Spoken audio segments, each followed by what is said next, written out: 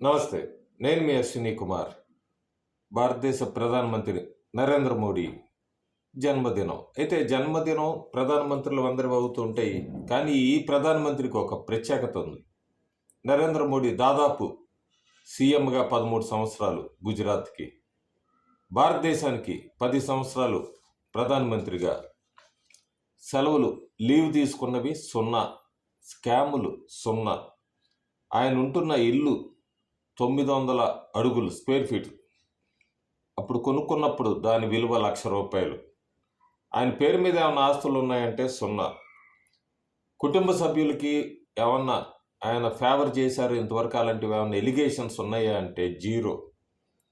ఆయనకున్న ఒకే ఒక్క ఎలిగేషన్ ఆయన మీద ఉన్నది ఏంటంటే జాతీయవాదం, నేషన్ ఫస్ట్ అంటారు. అదే అలాంటి వ్యక్తి ఈరోజు జన్మదినం సందర్భంగా రాజకీయాలు ఎలా ఉన్నాయి?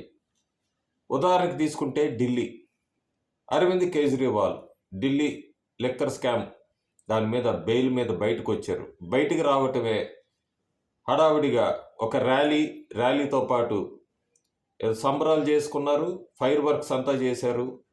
ఆ రోజు ఆపు పార్టీ కానీ కేజ్రీవాల్ కానీ గుర్తు రాలేదు. దీపావళికి మీరు టపాసులు కాలుస్తే మొత్తం కాలుష్యం పెరిగిపోతుందంటూ కూడా ఆంక్షలు విధించిన ప్రభుత్వం, ఆ ప్రభుత్వానికి మాత్రం అరవింద్ కేజ్రీవాల్ని ఏదో స్వాతంత్ర సమరయోధుల్లాగా జైలు నుంచి ర్యాలీగా ఫైర్ వర్క్స్ చేస్తూ తీసుకెళ్ళాక చాలా డ్రామా నడిచింది. డ్రామా నడిచాక ఆయన ముఖ్యమంత్రిగా రాజీనామా చేస్తున్నా అని చెప్పారు. రాజీనామా చేసి అది ఎవరుంటారు ఏంటి అనేది పార్టీలో ఏదో పెద్ద చర్చ జరిగినట్టుగా ఇదంతా కూడా ఒక పొలిటికల్ డ్రామా. ఆతిషి మెర్లానా అందరికీ తెలుసు. కేజ్రీవాల్ రాజీనామా చేస్తే ఆమెకే ఇస్తాడని, ఆమె వెనక ఎవరున్నారు శక్తులు, అరవింద్ కేజ్రీవాల్ వాళ్ళందరినీ కాదనలేడు, ఖచ్చితంగా ఆమెకే ఇవ్వాలన్నదైతే బహిరంగ రహస్యం. దాదాపు అరవింద్ కేజ్రీవాల్ ఆమ్ ఆద్మీ పార్టీ పంజాబ్లో అధికారంలోకి వచ్చినప్పుడే ఢిల్లీ ముఖ్యమంత్రి పదవికి రాజీనామా చేసి పంజాబ్కి వెళ్తారనుకున్నారు. కానీ అక్కడ పంజాబ్ నుంచి కెనడా దాకా ఉన్న లింకులన్నీ కూడా అరవింద్ కేజ్రీవాల్కి స్పీడ్ బ్రేక్లు వేసినాయి. ప్రస్తుతం ఇప్పుడు వినబడుతున్న మాట కూడా హర్యానాలో ఆయన విస్తృతంగా ప్రచారం చేస్తారని, ఆయన వెనుకుంటే అక్కడ కాంగ్రెస్ బలపడుతుంది, బీజేపీ వీక్ అవుతుంది, లేదా బీజేపీకి కాంగ్రెస్ వైపు చూస్తారు, ఆప్ని మర్చిపోతారు. హర్యానాలో ఎంటర్ అవ్వాలి, హర్యానా రాష్ట్రంలో ఆప్ ఉండాలి. అది కూడా ఒక ఎత్తుగడలో భాగంగానే మొత్తానికి ఢిల్లీలో తన మీద కేసులు ఉన్నాయి కాబట్టి రాజీనామా చేస్తున్నట్టుగా ప్రకటించారు. ఇక్కడ ఆయన మర్చిపోతున్నది ఏంటంటే ఆయన పూర్తి క్లీన్ చిట్ ఇవ్వలేదు సుప్రీంకోర్టు, బెయిల్ మీద మాత్రమే బయటకు వచ్చారు. ఇది ఆప్ నేతలందరూ మర్చిపోతున్నారు, ఆప్కి మద్దతు ఇస్తున్న కాంగ్రెస్ కూటమి నాయకులు కూడా మర్చిపోతున్నారు. ఏదో క్లీన్ చిట్ ఇచ్చేసినట్టుగా ఆయన బయటకు వచ్చేసినట్టుగా మీడియాలో అంతా కూడా హడావిడి చేస్తున్నారు. ప్రస్తుతం ఈ ఆతిషి మెర్లానా కొత్తగా నూతన ముఖ్యమంత్రి ఢిల్లీకి, దాదాపు భారతదేశంలో 2వ మహిళా ముఖ్యమంత్రి ప్రస్తుతం చెప్పచ్చు. మమతా బెనర్జీ తర్వాత ఆవిడే. ఆతిషి మెర్లానా ఎవరు? ఈ ఆతిషి మెర్లానా ఫాదరు ఒక పెద్ద లెఫ్టిస్టు, మదరు సెపరేటిస్టు, రెండు విభిన్న కోణాలు. సెపరేటిస్టు లీడర్ గిలానికి కూడా మద్దతు ఇచ్చింది ఈవిడ తల్లి. ఇంకా పెద్ద వీళ్ళు అఫ్జల్ గురు టెర్రరిస్ట్కి మెర్సీ పిటిషన్ రాసిన వాళ్ళలో ఆతిషి మెర్లానా తల్లిదండ్రులు మొట్టమొదటి వ్యక్తులు. అంతేకాకుండా మెర్లానా అసలు ఈ పేరేంటి, కాంబినేషన్ ఏంటి? మర్ అంటే ఎంఏఆర్ కార్ల్ మార్క్స్లోది, లీనా అంటే లెనిన్లోది. సో ప్యూర్గా ఆప్ పార్టీలో ఉన్నా కూడా వాళ్ళ పేరెంట్స్ కానీ పెట్టిన పేరు కానీ, తల్లిదండ్రులు పెట్టిన పేరు కానీ, మెర్లానాలో ఆమెకున్నదంతా కూడా కమ్యూనిస్టు భావాలు ఎక్కువ. ఈమె తల్లి గురించి చెప్పాలంటే తృప్తా వాహి.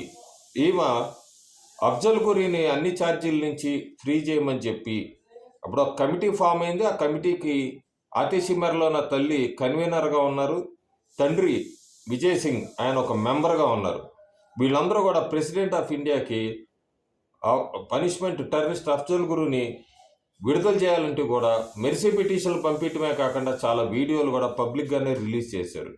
ఎప్పుడైతే జ్యుడిషియరీ అఫ్జల్ గురుని ఉరి తీయాలంటూ కూడా చెప్పిందో, జ్యుడిషియరీకి వ్యతిరేకంగా మాట్లాడిన వ్యక్తులు ఆతిషి మెర్లోనా తల్లిదండ్రులు, ముఖ్యంగా తల్లి తృప్తా వాహి. జ్యుడిషియరీ మమ్మల్ని ఫెయిల్ చేసింది, కానీ మేమంతా కూడా ఈ హిందూ నేషనలిస్టు, ఇండియన్ నేషనలిజం వీళ్ళందరూ ఒకటయ్యారు అఫ్జల్ గురిని ఉరి తీయటంలో. జ్యుడిషియరీ చాలా తప్పు చేసింది, మా హ్యూమన్ రైట్స్ గొంతు నొక్కేసింది అని చెప్పి అఫ్జల్ గురికి మద్దతుగా మాట్లాడిన వ్యక్తి ఎవరైనా ఉన్నారంటే తృప్తా వాహి, ప్రస్తుత ఢిల్లీ ముఖ్యమంత్రి ఆతిష్ మెర్లోనా తల్లి.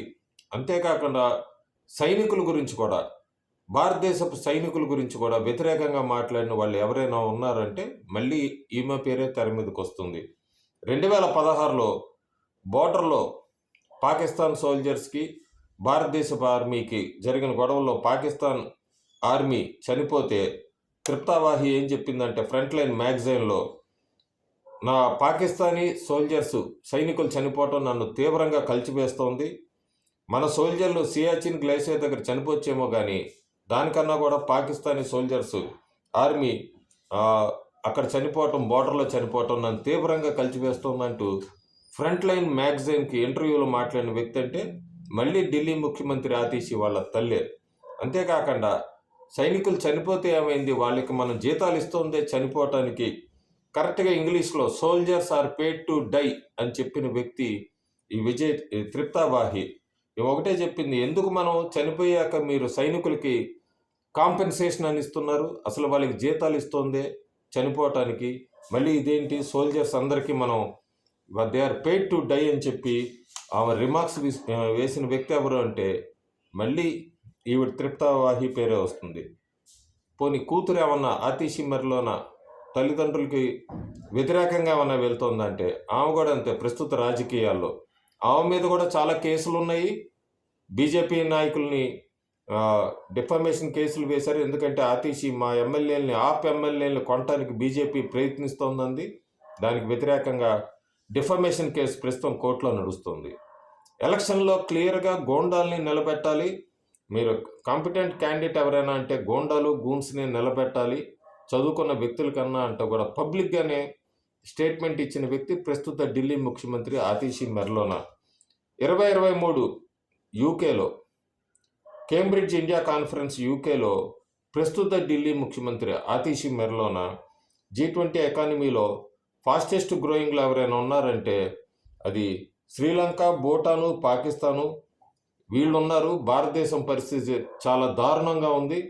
భారతదేశం కన్నా కూడా శ్రీలంక, భూటాన్, పాకిస్తాన్ చాలా బెటర్ అంటూ మాట్లాడిన వ్యక్తి ప్రస్తుతం ఈ ఆతిష్ మెర్లోనా. అందరం చూసాము ప్రస్తుతం ఆ దేశాల పరిస్థితులు ఎలా ఉన్నాయో, భారతదేశం కాళ్ళ దగ్గరికి ఎట్లా వచ్చారో. కానీ 2023లో ఆతిషి మాత్రం G20తో మాట్లాడుతూ శ్రీలంక పొరుగు దేశాలని పొగిడారు, భారతదేశం పరిస్థితి చాలా దారుణంగా ఉందన్నారు. వీళ్ళందరినీ మనం జాతీయవాదులు అనాలా? క్లియర్ కట్గా వీళ్ళు భారతదేశానికి వ్యతిరేకంగా మాట్లాడి యాంటీ నేషనల్స్, క్లియర్గా వర్డ్ చెప్పాలంటే యాంటీ నేషనల్స్. ఈ యాంటీ నేషనల్స్ని తీసుకొని వచ్చి ఢిల్లీ లాంటి దానికి ముఖ్యమంత్రి చేయటంలో కేజ్రీవాల్ ఎత్తుగడ ఏంటి అనేది రాబోయే రోజుల్లో మనం వేచి చూడాలి. కేజ్రీవాల్ మీద కూడా అంతకుముందు నేను 2-3 వీడియోలు చేశాను, లింక్లో పెడతాను. ఢిల్లీ అనేది క్లియర్గా ఆతిషి మెర్లోనాకి ఇవ్వటానికి కేజ్రీవాల్ మీద వెనక శక్తులు ఎంత ఒత్తిడి పెట్టాయన్నదైతే మనకి నిర్ణయంతో తెలుస్తోంది. వీళ్ళందరూ కూడా ధర్నాలు చేశారు కేజ్రీవాల్ ఉన్నప్పుడు, జైల్లో ఉన్నప్పుడు. ఆ ధర్నాలకి పబ్లిక్ రెస్పాన్స్ ఏంటో చూసాం మనం. ఢిల్లీలో అన్నీ ఫెయిల్ అయినాయి. ఢిల్లీ ప్రజలు క్లియర్గా నమ్ముతున్నారు అరవింద్ కేజ్రీవాల్ ఈ స్కాముల్లో ఉన్నారని.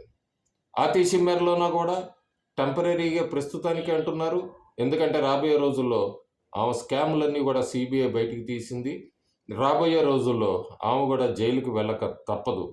ఇలాంటి వాళ్ళని తీసుకొని వచ్చి ముఖ్యమంత్రులు చేయటంలో కేజ్రీవాల్ ఏం డేంజరస్ గేమ్ ఆడబోతున్నారు రాబోయే రోజుల్లో అనేది అయితే మనం వేచి చూడాలి.